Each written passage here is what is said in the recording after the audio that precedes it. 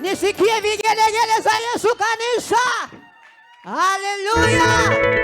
Inua mikono yako juu kwa Yesu na usimame kwa miguu yako.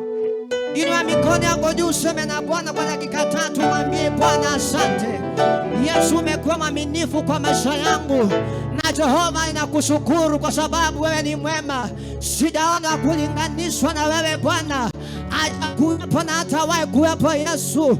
Mwenye uwezo ni wewe Baba. Inua sauti yako juu umwambie Bwana ni asante. Ninaomba siku ya leo Baba ukakutane na haja moyo wangu. Jehova Bwana kutana na haja yangu. Maso paradia kosa pregata alimborodo salambriga sande rekosa pala na kosa prata arema suvaladia kosa mbrida gande orobo satala magataya. Lord, we give all the praise and all the honor because Lord, you are taking all the preeminence. Lord, you are taking over. Lord, you are taking over. Lord, you are taking over. You are taking over. You are taking over your altar. You are taking over this service. My Lord, you are taking over. Can I hear somebody pray now? In the name of Jesus. In the name of Jesus. Lord, you are taking over. Take all the preeminence, oh Lord. Take all the preeminence, our Father. Take all the preeminence, our Lord. Take all the preeminence. Take all the glory, my God, my God.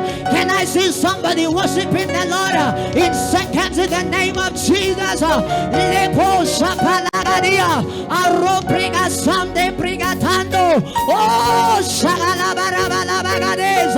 Alepalodo salamagande lebania. Let your precious Lord cover this house. Let your glory cover this house. Let your glory cover this house.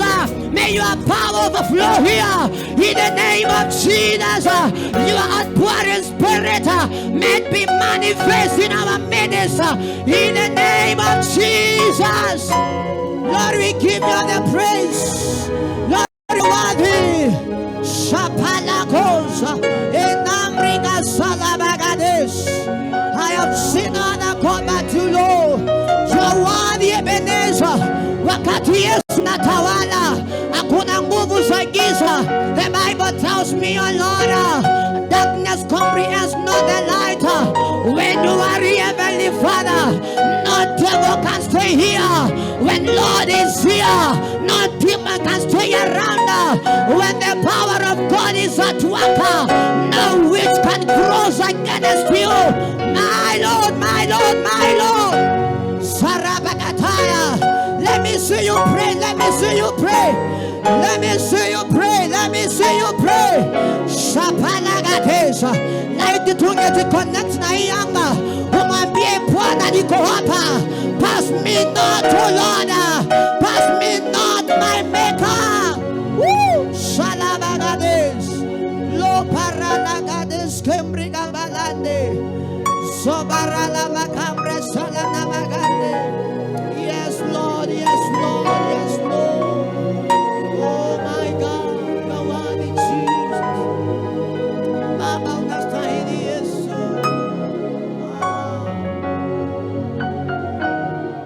Unaweza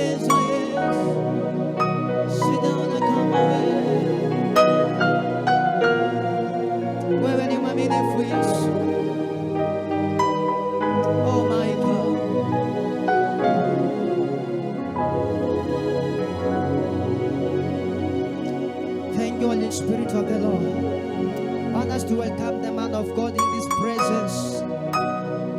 And even as we worship with this one worship song, and the Lord is going to bless us this day. Simama tuju kwa miguu yako kwa jina la Yesu. Simama tuju sisi wote to honor the man of God. Simama juu to honor the man of God. And also to honor God himself. Oh God.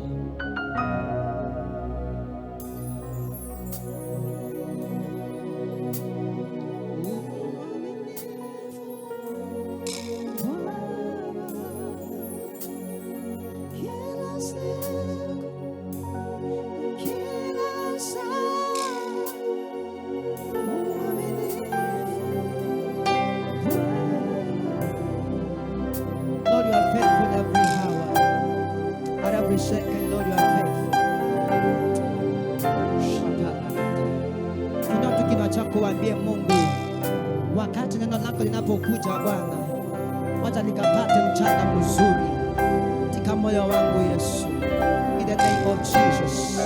Wacha moyo wangu ukawe kama mchana mzuri, neno lako likaanguke kila siku na kila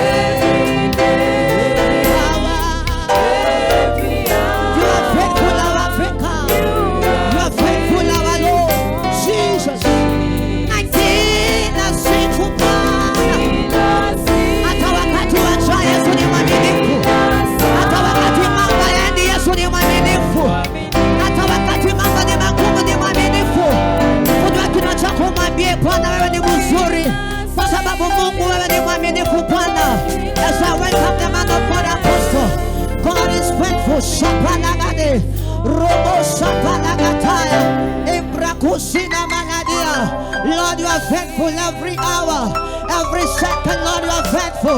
It doesn't matter the situation, but Lord, you are faithful every day, every second. You are faithful. We honor you, our God, and we bless your holy name. In Jesus' mighty name, we have worshipped somebody. Celebrate the Lord of Lords. Celebrate the King of Kings, the church. Shangilia Bwana kwa makofi mazuri. Shangilia Yesu wa mbinguni. Ikiwa unajua Yesu unashangilia, shangilia vizuri kwa nguvu za Bwana. Welcome sir, welcome sir, welcome sir. We love you and we honor you. Welcome, Rarua Injili. Amen. Hallelujah. Amen. Bwana Yesu asifiwe. Amen. Bwana Yesu asifiwe. Amen. Angalia mwenzako, mwambie wakati mwingine tunavunjanga protocol. Wakati mwingine tunavunjanga protocol. Mwambie msaidie kuambia mwenzako wakati mwingine Roho Mtakatifu akiwa kwa kazi. Wakati mwingine protocol huwa inavunjwa. Protocol huvunjwa. Bwana Yesu asifiwe sana. Amen. Nataka kuheshimu kwanza watumishi wote wa Mungu ambao wamekuja ndani ya nyumba. Ninaheshimu mafuta hiyo. Mungu wa mbinguni awabariki. Ninaishi kunyenyekea sana. Na Mungu awabariki sana. Ninatambua uwepo wenu kwa mahali hapa katika jina la Yesu. Jambo la pili, ninashukuru sana askofu kwa neema hii ya kufanya tena nisimame mbele kwa ajili ya kuhubiri. Bwana Yesu asifiwe sana. Amen. Nasikia kwenye ulimwengu wa kiroho nikwambia kwamba ile machozi unalia, masaa imefika hiyo machozi ivutwe. Kwa jina la Yesu. Ile machozi umekuwa unalia kwa siri, siku ya leo ukiamini, Mungu anavuta machozi yako. Amen. Bwana Yesu asifiwe. Amen. Hiyo mic nipatiwe vizuri, iko ya kuhubiri tu. Nitengenezee kidogo tu, isinifinye, itakuwa ya baraka. Ni saa 6:26. Bwana asifiwe sana. Amen. Sitaenda sana, mimi ndamaliza haraka. Bwana asifiwe sana. Amen. Hapo iko sawa. Ni by saa 7 itakuwa tumetoka ndani ya nyumba. Lakini ninakwambia ukiamini hivi leo, Mungu ako na makusudi na maisha yako. Mungu ako na jibu ya maisha yako. Amen. Mungu ako na malengo na maisha yako. Na kwenye ibada hii lazima mwisho wa ibada hii kuna milipuko itakayolipuka hapa, na kuna watu ambao Mungu atawaponya ugonjwa wao. Kuna watu ambao Mungu atagusa hatima zao. Kuna watu ambao Mungu atawainua, maana mkono wa Bwana uko mahali hapa, na huu mkono wa Bwana umeinuliwa kwa yeyote yule ambaye ataamini siku ya leo. Utakapoamini, nataka nikuambie kwenye ulimwengu wa roho, hii sio ibada ya kawaida. Atakayeamini hivi leo atatoka na mabadiliko siku ya leo kwa maisha yake. Amen. Bwana Yesu asifiwe sana. Amen. Mara mingi tunakosa kupokea vitu kwa sababu tumezoea ibada. Bwana asifiwe sana. Au tumezoea Mungu.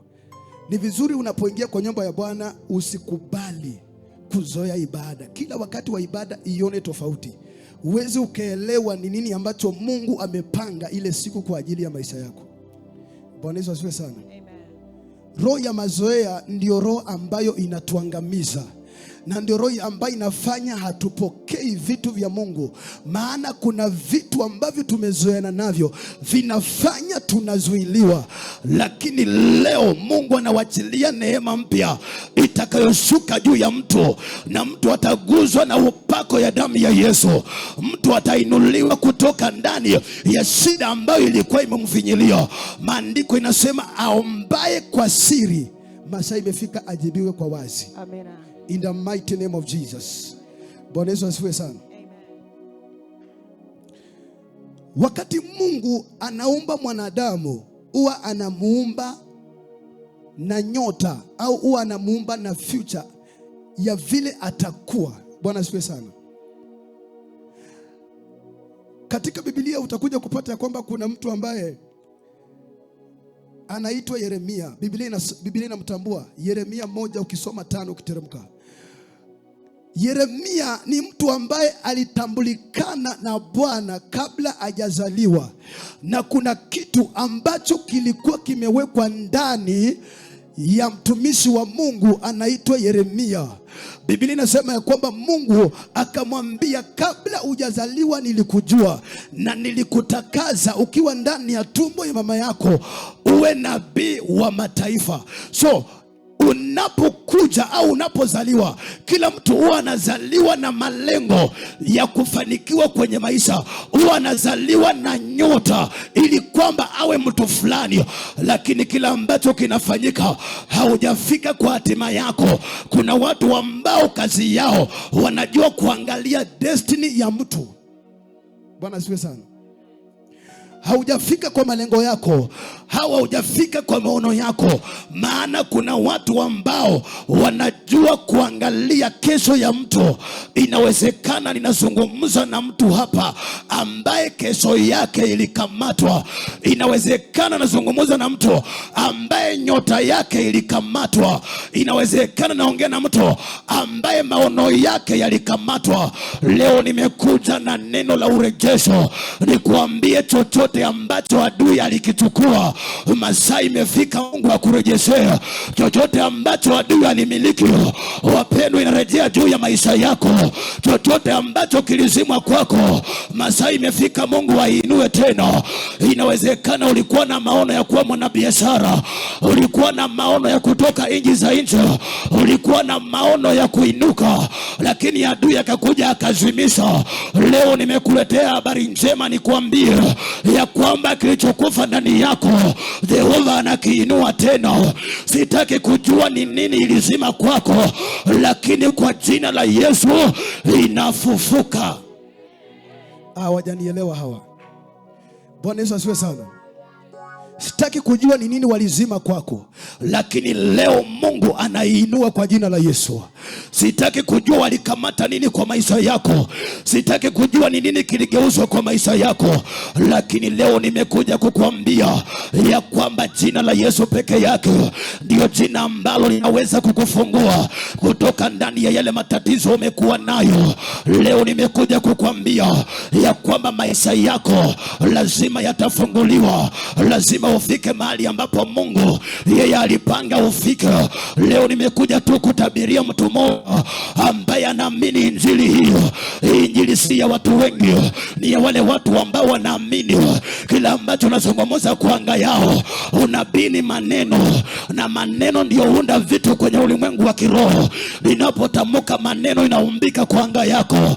Leo nimekuja kutangaza ya kwamba kila ambacho adui alimiliki, Jehova anainua kwa jina la Yesu. Kila ambacho adui alikunyang'anya, mbingu leo inakurejeshea. Wajamani, magonjwa unayogonjeka, hiyo si magonjwa yako. Nataka nikuambie unapona ukiwa kwenye madhabahu haya. Hiyo maisha unakaa, hiyo si maisha yako. Yesu anakubadilishia maisha, unapatiwa maisha mengine mapya. Leo nimekuja kuambia mtu hiyo kukosa kazi, hiyo si hatima yako. Leo nimekuja kukwambia ya kwamba kuna neema itashuka kwako, na kuna watu wiki inayoanza kesho watakuja hapa na ushuhuda.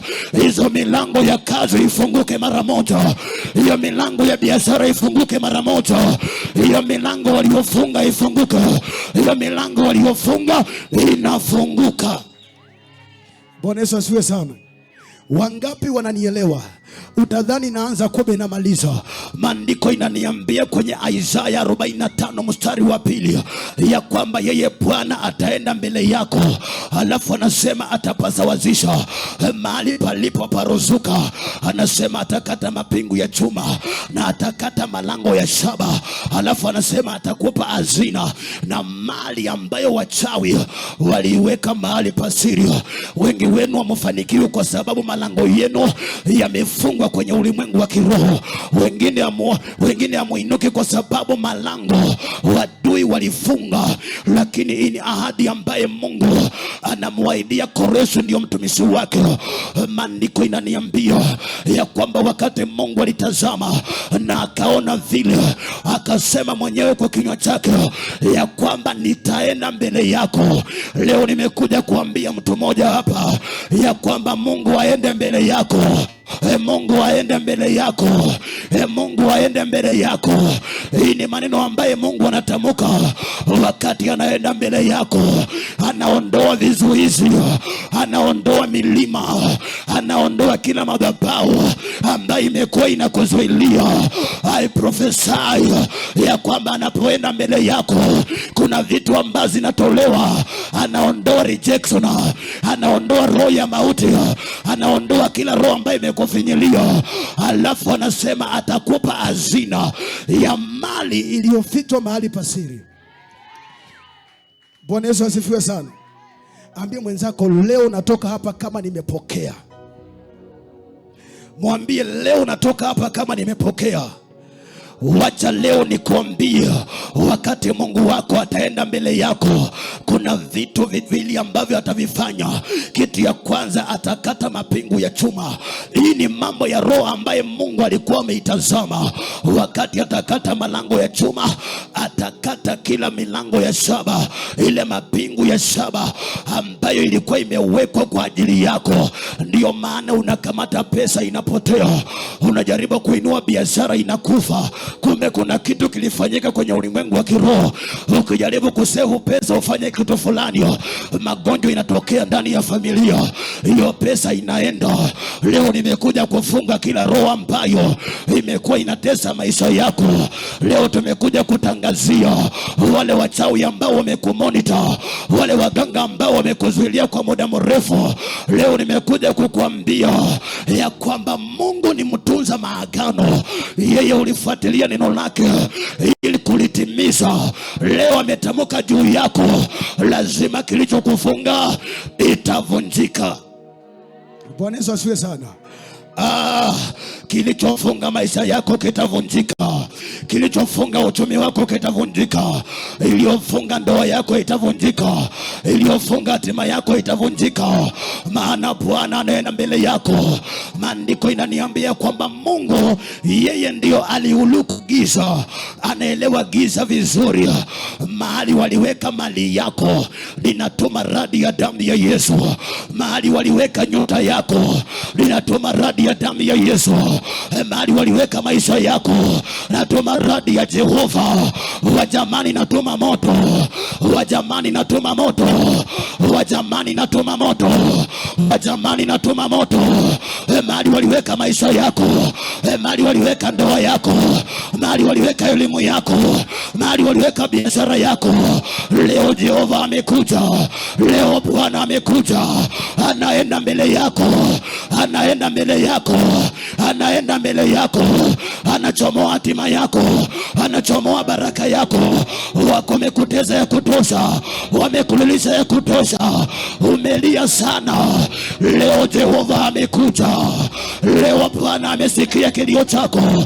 Leo Mungu anakujibu kwa wazi. Lazima utafanikiwa. Lazima utaenda mbali.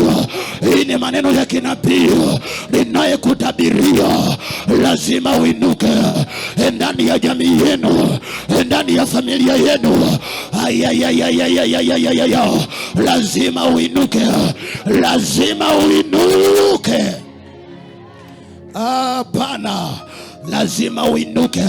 Walisema hautainuka, ninageuza walichokisema, ninakuambia utainuka.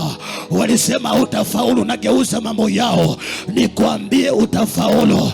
Walisema hautainua jamii yenu, nageuza walioisema, ninakuambia utainua jamii yenu. Kakakakata, leo madhabahu yao inavunjika. Waliokutesa imetosha. Walionena mabaya juu yako imetosha. Maana Bwana wa vita anaenda mbele yako. Kitabu ya Kutoka inamtambua Mungu kama Bwana wa vita. Yani Bwana wa vita atakapoenda mbele yako ataweka kila kitu sawa. Bwana asiwe sana. Ambie mwenzako kila kitu kitakuwa sawa. Kama kuongelesha mwangalie mwingine. Ambia mwenzako kila kitu kitakuwa sawa. Sijaona hiyo imani. Ambia mwingine kila kitu kitakuwa sawa. Lazima itakuwa sawa kwa maisha yako. Lazima itakuwa sawa kwa maisha yako. Leo nataka kutangaza ya kwamba wale wachawi ambao walikuwa wamefunga milango yako kiroho ili kwamba kwa maisha yako uteseke, wewe uliange, leo nimekuja kutangaza kile walifanya juu yako Mungu anageuza. Inawezekana walitoa kafara, wakatoa damu, wakatoa kondoo, wakatoa pesa ili wakufunge, lakini wamesahau kuna covenant ambaye ndio the blood of Jesus. Leo nimekuja na damu ya Yesu utangazia madhabahu yote, inawachilia hatima yako, inawachilia maisha yako, inawachilia huduma yako, inawachilia unabii wako, inawachilia maisha yako. Wachawi wa nyumbani kwenu wanafungwa midomo yao.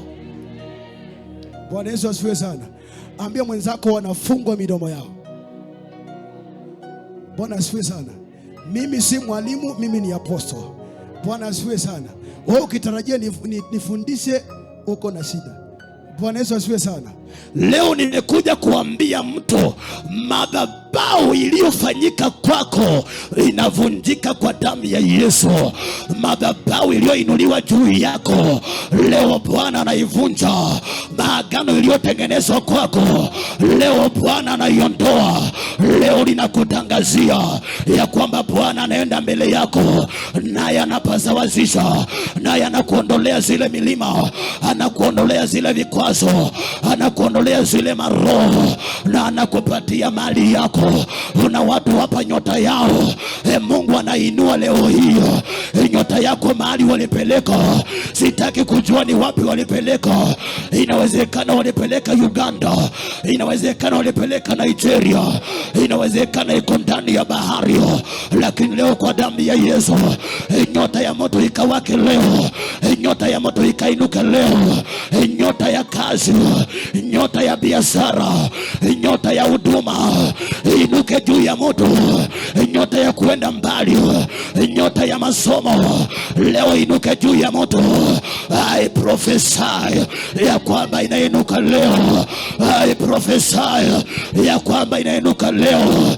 Hiyo machupa yao inapasuka, hiyo machupa yao inavunjika, hiyo mitungi yao inavunjika, hiyo manyoka yao inavunjika. Leo mtu anatoka na ushindi hapa.